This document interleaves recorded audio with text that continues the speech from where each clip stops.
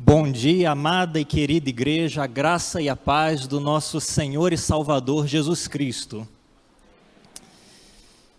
Sempre muito bom nós estarmos na casa de Deus, começando a semana, o domingo, o dia do Senhor, juntos, para falarmos com Ele, para louvarmos o Seu nome, e agora para sermos instruídos na Sua preciosa, na Sua poderosa palavra. Gostaria de te convidar a abrir sua Bíblia no primeiro livro de Samuel, o capítulo 17, 1 Samuel 17.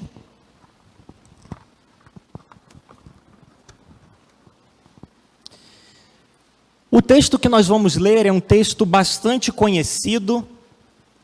Ele relata para nós uma história que, sem dúvida alguma, nós já conhecemos. E isso é uma das coisas preciosas e poderosas a respeito da palavra de Deus. O mesmo texto, nós lendo e meditando nele diversas vezes, tem o poder e a capacidade de falar conosco de maneira diferente. Esse texto foi alvo da meditação nossa há algumas poucas semanas, por intermédio do nosso pastor, que nos trouxe uma fala a respeito de como enfrentar gigantes e vencer. Você deve se lembrar disso. Se você não se lembra, eu gostaria de te encorajar a visitar o nosso canal no YouTube e acessar esse vídeo, uma palavra de Deus, palavra poderosa, que sem dúvida alguma falou aos nossos corações. E a direção que nós temos de palavra no culto dessa manhã recai sobre o mesmo texto. O mesmo texto, porém Deus fala coisas diferentes. O mesmo texto, mas lições diferentes são tiradas. Porque a palavra de Deus é viva, a palavra de Deus se renova, porque o nosso Deus é vivo e Ele faz coisas novas na nossa vida, a cada manhã, a cada contato com a palavra dEle. Texto de 1 Samuel, nós vamos ler dos versículos 1 a 11 e depois vamos pular para o versículo 41. 1 Samuel 17, versículo 1 diz o seguinte: Os filisteus ajuntaram suas forças para a guerra e reuniram-se em Socó, que pertence a Judá, e acamparam em Éfes-damim, entre Socó e Azeca. Saul e os homens de Israel se reuniram e acamparam no vale de Elá, e prepararam o ataque contra os filisteus. Os filisteus estavam em um monte, e os israelitas em outro. Um vale os separava. Então saiu um guerreiro do acampamento dos filisteus, cujo nome era Golias, de Gate, que tinha 6 côvados e 1 palmo de altura. Ele tinha um capacete de bronze na cabeça e vestia uma couraça de escamas de bronze que pesava 5.000 siclos. Também usava caneleiras de bronze e um dardo de bronze nas costas. A haste de sua lança parecia com o eixo de um tear e a ponta de sua lança pesava 600 siclos de ferro. Seu escudeiro ia à sua frente. Ele então parou e gritou às tropas de Israel: Por que armastes a batalha? Não sou eu filisteu e vós servos de Saul? Escolhei dentre vós um homem que me enfrente. Se ele puder lutar comigo e me matar, seremos vossos servos. Mas se eu o vencer e o matar, sereis nossos escravos e nos servireis. E o filisteu disse mais: Desafio hoje as tropas de Israel. Mandai-me um homem para que nós dois lutemos. Quando ouviram essas palavras do filisteu, Saul e todo o Israel ficaram muito desanimados e apavorados. Versículo 41. O filisteu também vinha se aproximando de Davi, com o escudeiro à sua frente. Quando olhou e viu Davi, jovem, ruivo e de boa aparência, o filisteu o desprezou e disse a Davi: Por acaso eu sou algum cachorro para que venhas contra mim com pedaços de pau? E o filisteu amaldiçoou Davi pelos seus deuses. E disse mais a Davi: Vem atacar-me e entregarei o teu corpo às aves do céu e aos animais selvagens. Mas Davi lhe respondeu: tu vens me atacar com espada, lança e escudo, mas eu vou te atacar em nome do Senhor dos exércitos, o Deus dos exércitos de Israel, a quem tu tens afrontado. E hoje mesmo o Senhor te entregará em minhas mãos, e eu te ferirei e cortarei a tua cabeça. E hoje entregarei os cadáveres dos soldados dos filisteus, às aves do céu e aos animais selvagens, para que toda a terra saiba que há Deus em Israel. Para que todos que aqui se ajuntaram saibam que o Senhor salva, não com espada, nem com lança, pois a batalha é do Senhor, e Ele vos entregará nas nossas mãos. Quando o filisteu se levantou e se aproximou para se defrontar com Davi, este foi correndo para o combate, para enfrentar o filisteu. Então Davi colocou a mão no alforje, tirou dali uma pedra e lançou-a com a funda, ferindo o filisteu na testa. E a pedra se cravou na testa dele, e ele caiu com o rosto em terra. Quero te convidar a fechar os seus olhos, a baixar a sua cabeça. Nós vamos orar mais uma vez. Querido Deus, muito obrigado porque a Tua palavra preciosa, a Tua palavra inspirada, a Tua palavra viva e eficaz foi lida neste momento, Pai. A nossa oração e o nosso desejo é de que o Senhor fale conosco, de que o Senhor nos permita ouvir a Tua doce e suave voz, de que nós sejamos encorajados nos Teus caminhos e na nossa caminhada contigo, Pai. Que o Senhor abra os nossos ouvidos, a nossa mente, o nosso coração para receber a Tua palavra, que somente o Senhor tenha espaço e voz neste local e que toda voz em contrário seja silenciada, Pai. É o que nós te pedimos e te agradecemos, em nome de Jesus. Amém. O ano é 480 antes de Cristo. 480 antes de Cristo. Dentre os vários povos que combatiam e lutavam para manter e conquistar o domínio do mundo antigo, um desses povos começa a se destacar. Os persas, governados pelo rei Xerxes, começa a conquistar grandes partes e porções do mundo. Seu exército é imparável, é impiedoso, é dominador. Várias foram as batalhas que os persas travaram e venceram. Até que num determinado momento, os persas decidiram enfrentar os gregos.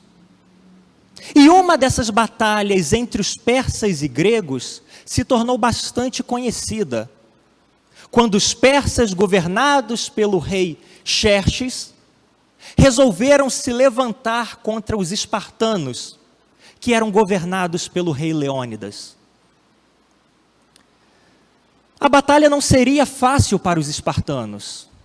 Na verdade, seria a maior batalha da vida deles. O exército persa era impiedoso e extremamente numeroso. Cerca de 250 mil soldados combatiam ao lado dos persas. Os espartanos, por sua vez, contavam com apenas 300 soldados espartanos e mais alguns poucos soldados de outros povos vizinhos.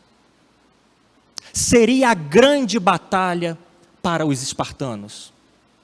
Os persas estavam certos de sua vitória, mas eles não contavam com uma estratégia dos espartanos guerreiros.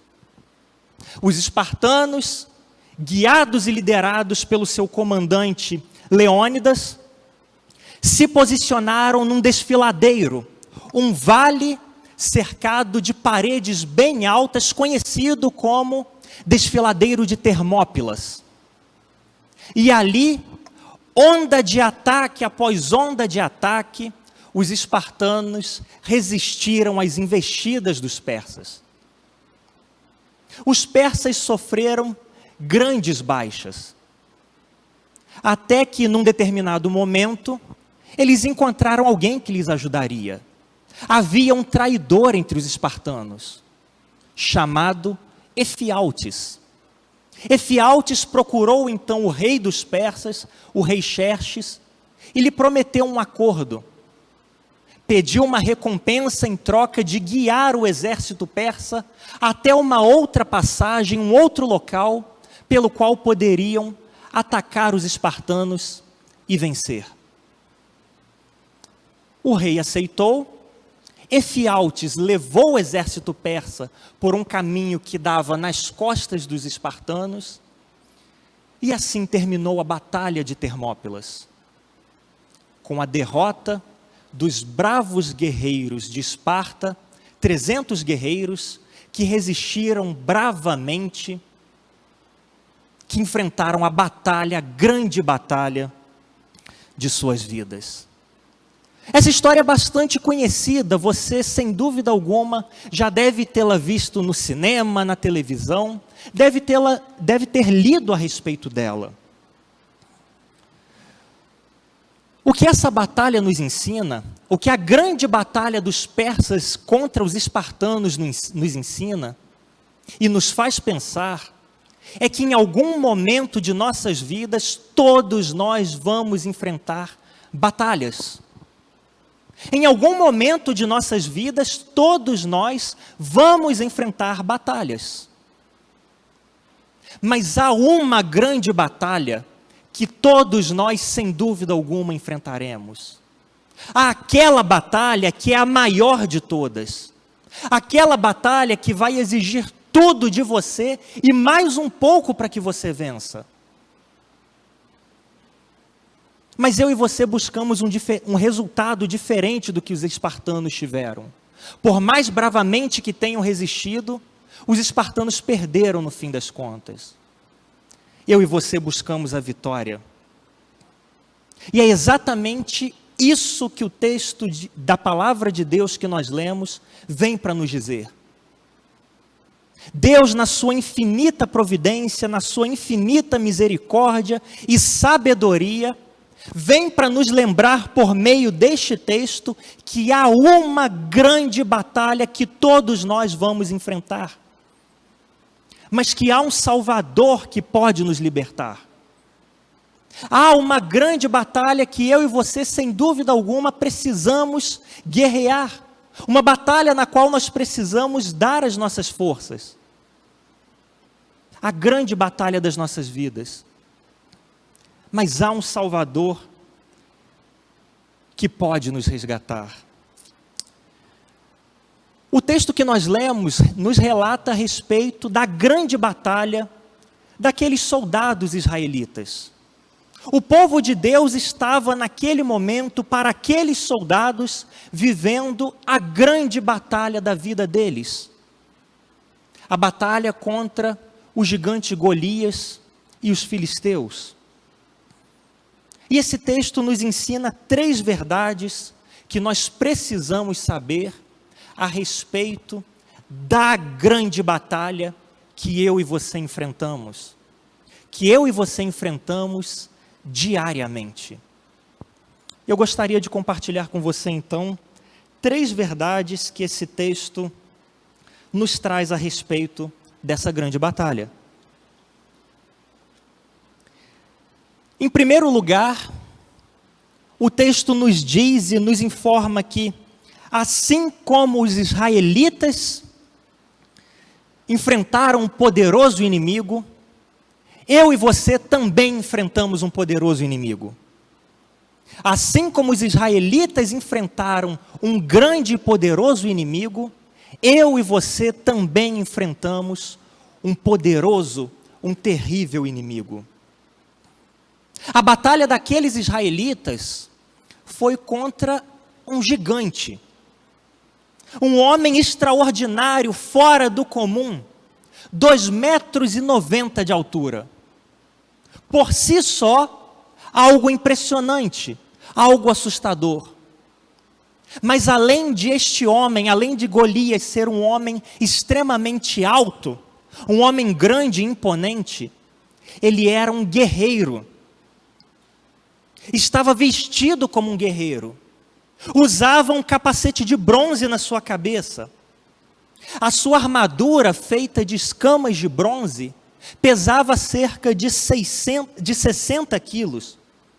Ele vestia caneleiras de bronze. Havia um dardo de bronze nas suas costas. A ponta da sua lança de ferro pesava mais de 7 quilos. Um inimigo extremamente poderoso, imponente, sem dúvida alguma, causava medo e assustava por onde quer que passasse. E lá estava o gigante Golias, ameaçando os israelitas. Sem dúvida alguma, ele não estava vestido daquele jeito, pensando em lutar daquela forma. Afinal de contas, numa batalha real, no calor da guerra e do combate, ele provavelmente nem teria tempo e condições de usar tudo aquilo que ele levou. Não seria a maneira mais eficaz de combater. Ele estava vestido daquela maneira, com capacete, uma couraça de escamas de bronze, caneleira, um dardo nas costas, a ponta da lança de ferro, vestido dessa maneira, todo equipado, muito mais por uma questão psicológica do que para a batalha de fato. A mensagem que Golias queria passar era a seguinte: eu sou poderoso. O inimigo que vocês enfrentam é poderoso. Você vem para cima de mim, eu vou acabar com você. Eu sou maior que você, eu sou mais forte que você, eu estou todo equipado, eu sou poderoso. Essa era a mensagem que Golias estava passando, de que o inimigo dos israelitas era extremamente poderoso. E assim como os israelitas enfrentaram esse inimigo gigante, forte, amedrontador, assustador, eu e você também enfrentamos na batalha das nossas vidas um grande e poderoso inimigo. A diferença é que o nosso inimigo não se chama Golias. O nosso inimigo, assustador, terrível, amedrontador, que pode fazer um estrago terrível, se chama pecado. Essa é a grande batalha da nossa vida. Nós lutamos com um inimigo poderoso, nós lutamos contra um inimigo poderoso chamado pecado. Um inimigo que nós precisamos combater e enfrentar todos os dias da nossa vida. Um inimigo que tem o poder de causar destruição por onde quer que passe. Um inimigo imparável. Um inimigo assustador, um inimigo que todos os dias ameaça nos matar, que todos os dias se levanta diante de nós e ameaça nos trazer prejuízo. O inimigo que eu e você enfrentamos, o pecado, é um inimigo poderoso, porque ele tem o poder de nos afastar de Deus. Na verdade, é o único inimigo que tem o poder de nos afastar de Deus.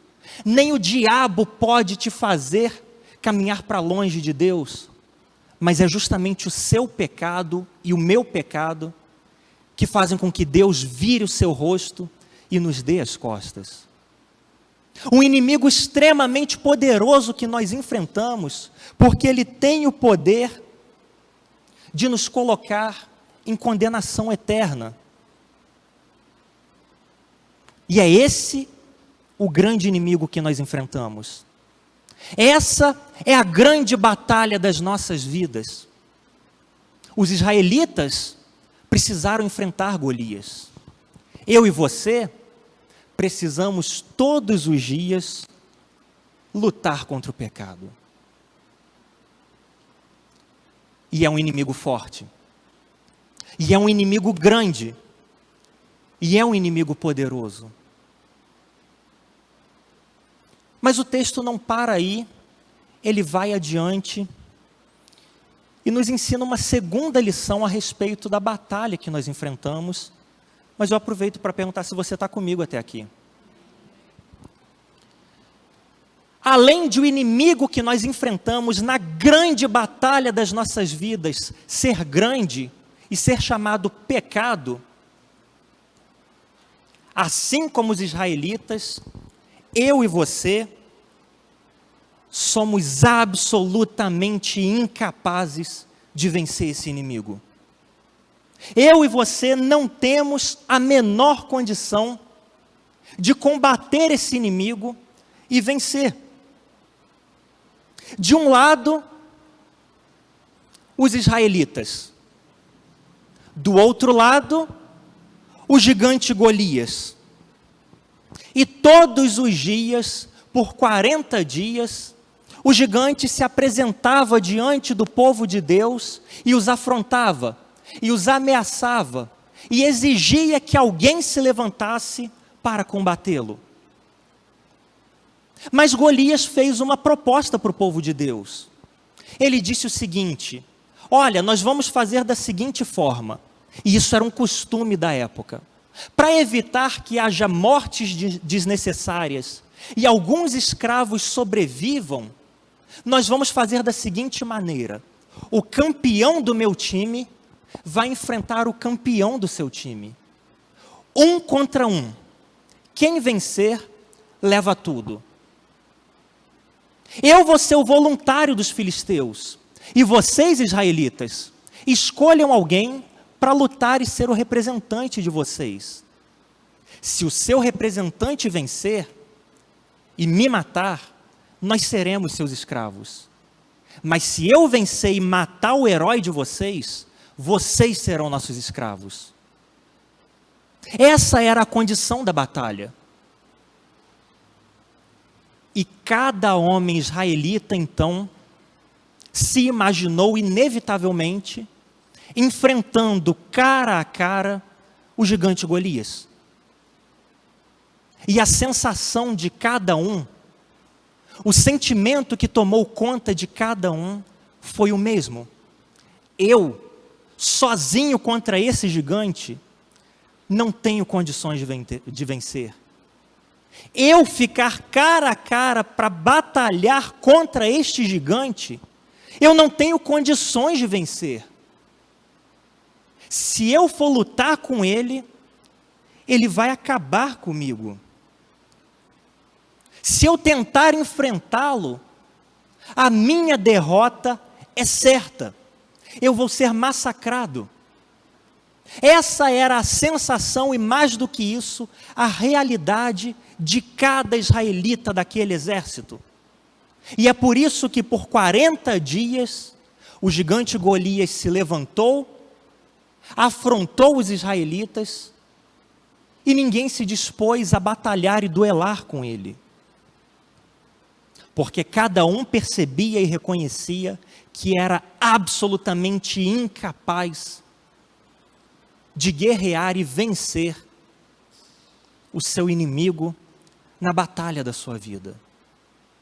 E é exatamente isso que acontece conosco. Assim como os israelitas não tinham condições de vencer o seu inimigo, não tinham capacidade de entrar numa batalha e obter vitória, eu e você não temos condições de enfrentarmos o nosso inimigo e vencer. Eu e você lutamos, eu e você tentamos, mas nós não temos condições de apagar o pecado das nossas vidas. Nós não temos condições de aniquilar o pecado das nossas vidas. O nosso inimigo é grande demais e nós somos pequenos, nós somos fracos, nós somos limitados. A nossa luta, diferente da dos israelitas, ela não é física, mas ela não é menos real por causa disso, e você sabe a luta que você enfrenta contra o pecado. Nós sabemos a batalha que nós enfrentamos todos os dias contra o pecado e o quão real ela é. Nós vemos as consequências do pecado nas nossas vidas, ao redor de nós, No mundo em que nós vivemos, nós vemos a consequência e a realidade do pecado na televisão. E nós nos damos conta de que nós, com a nossa própria força, não podemos vencer esse inimigo. Somos pequenos, somos fracos. Olhamos para o pecado, queremos vencê-lo, queremos matá-lo, queremos tirá-lo da nossa vida, mas falhamos. Erramos. De novo. Tropeçamos. Nos arrependemos. Queremos, mas não temos condições de vencer o nosso pecado. Na nossa própria força, seremos massacrados por ele. A prova mais clara, mais evidente, mais visível de que nós não temos condições de vencer o pecado e as suas consequências, é que nós não temos condições de enfrentar a consequência principal do pecado, que é a morte. Em face da morte, o ser humano não pode fazer nada. E as pessoas que lutam, ou que têm alguém próximo lutando com uma doença terminal, uma doença incurável, sabe disso com toda clareza. Diante da morte, da proximidade da morte, o ser humano é absolutamente incapaz. Não há sabedoria que nos dê vitória, não há recursos que nos dê vitória, não há dinheiro que nos dê vitória. A morte simplesmente chega e leva. E isso acontece para nos mostrar que, diante do nosso grande inimigo, nós somos absolutamente incapazes.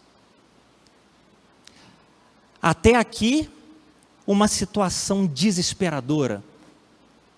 Todos nós enfrentamos essa grande batalha contra o pecado, que é grande, que é forte, que é poderoso. Todos nós estamos totalmente reféns do que o pecado pode fazer na nossa vida e ao nosso redor, se perdermos a batalha contra ele. Absolutamente de mãos atadas. Mas ainda assim temos a grande batalha de nossas vidas. E Deus, na sua infinita misericórdia, não nos deixa nessa situação de saber simplesmente que o nosso inimigo é poderoso, que nós não temos condições, mas Ele vai além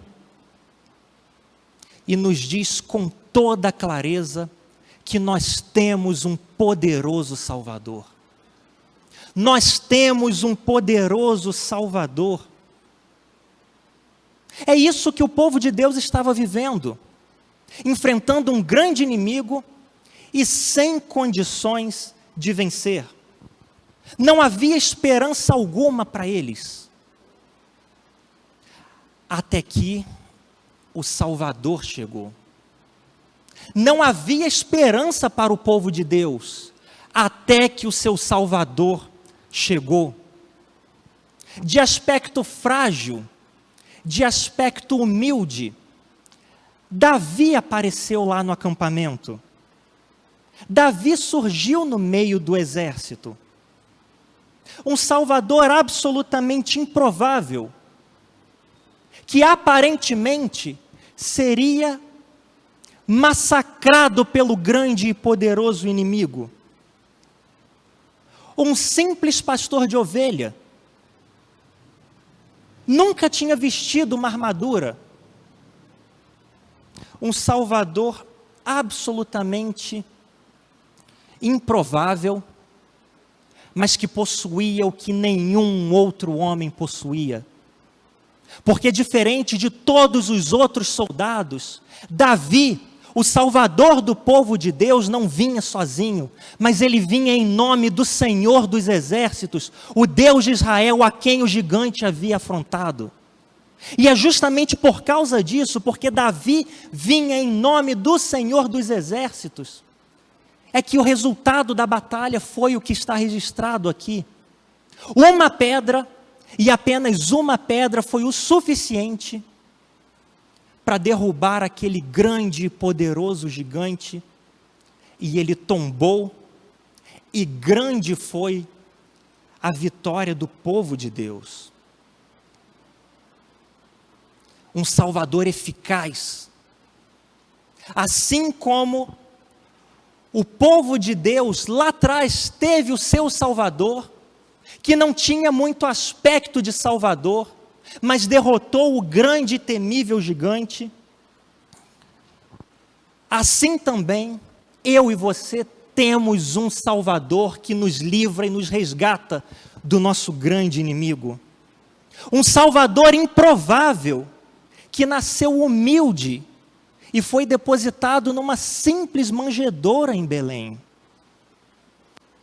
Um Salvador improvável, filho de um carpinteiro. Um Salvador que aparentemente tinha sido massacrado pelo inimigo quando morreu na cruz.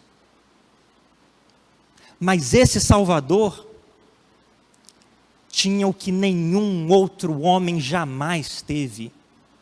Ele é o bendito que vem em nome do Senhor. Ele é o Cordeiro de Deus que tira o pecado do mundo. Ele é aquele que estava junto a Deus no começo de tudo, no início da criação do mundo, ordenando e organizando todas as coisas. Ele é aquele por meio de quem todas as coisas foram feitas, e sem Ele nada do que foi feito teria sido feito. Ele é aquele que sustenta todas as coisas pela palavra do seu poder. Ele é aquele que veio para esmagar a cabeça da serpente. Ele é aquele que foi profetizado no Antigo Testamento, o leão da tribo de Judá, a raiz de Davi. Ele é o Verbo eterno de Deus, que se fez carne e habitou entre nós, cheio de graça e de verdade, e nós vimos a sua glória, glória como a do unigênito do Pai. Ele é a luz do mundo, Ele é o pão da vida, Ele é o caminho, a verdade e a vida, Ele é a porta, Ele é o bom pastor, Ele é a água da vida, Ele é a luz do mundo, Ele é a brilhante estrela da manhã. Nós temos um Salvador, Ele é o sol da justiça, Ele é aquele que andou por este mundo, curando enfermos e ressuscitando os mortos. É aquele que, embora tenha sido morto, vive. É aquele que nos salva dos nossos pecados. É aquele que veio para abrir para nós um caminho até o Pai. É aquele que nos redime da nossa iniquidade, aquele que nos sela com o seu Espírito Santo. Ele é aquele que governa a igreja, é aquele que está sentado ao lado do Pai e voltará para buscar a sua igreja. Ele é aquele que governa toda a história do mundo e nada, absolutamente nada escapa ao seu controle. Ele é o Alfa e o Ômega, Ele é o princípio e o fim. Ele é o Rei dos reis, Ele é o Senhor dos senhores, Ele é o nosso libertador, Ele é glorioso, Ele é o nosso Salvador, eficaz e eficiente, Ele é Jesus Cristo. Jesus Cristo. Nós não temos condições de vencer o nosso pecado, mas nós temos um suficiente e eficiente Salvador que faz isso por nós. Ele guerreia as nossas guerras, Ele nos faz vencedores, nele, somente nele, nós somos mais do que vencedores. De modo que não há condenação para os que estão em Cristo Jesus. Quero te convidar a se colocar de pé.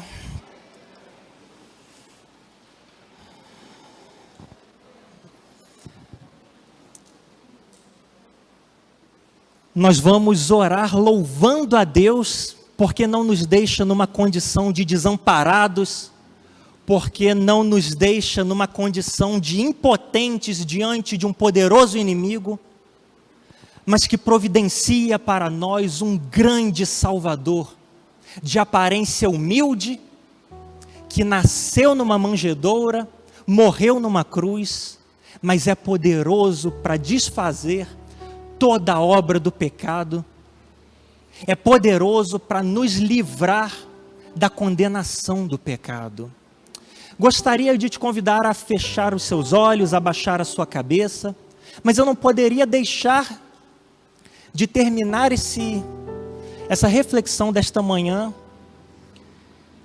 te fazendo o convite de entregar a sua vida a Jesus, entregar o seu coração àquele que vem em nome do Senhor, que é poderoso para te salvar, o único que pode vencer a guerra no seu lugar. Se você gostaria de entrar num relacionamento com Deus por meio de Jesus Cristo nessa manhã, eu gostaria de orar com você e eu te convido a levantar uma de suas mãos para que nós possamos orar.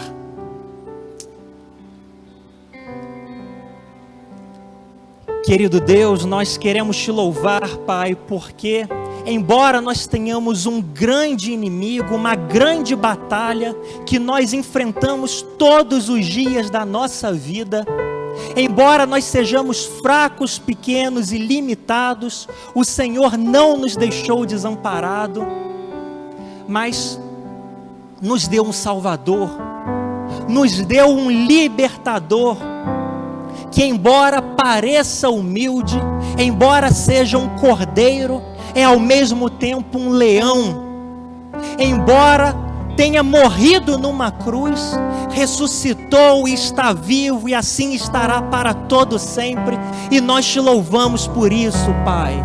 Nós te louvamos porque o Senhor não nos entrega a nossa própria sorte, para vivermos de acordo com a nossa própria força, mas o Senhor nos dá um caminho até o Senhor, por meio de Jesus Cristo. Ele é o novo e vivo caminho, e nós te louvamos por isso, Pai.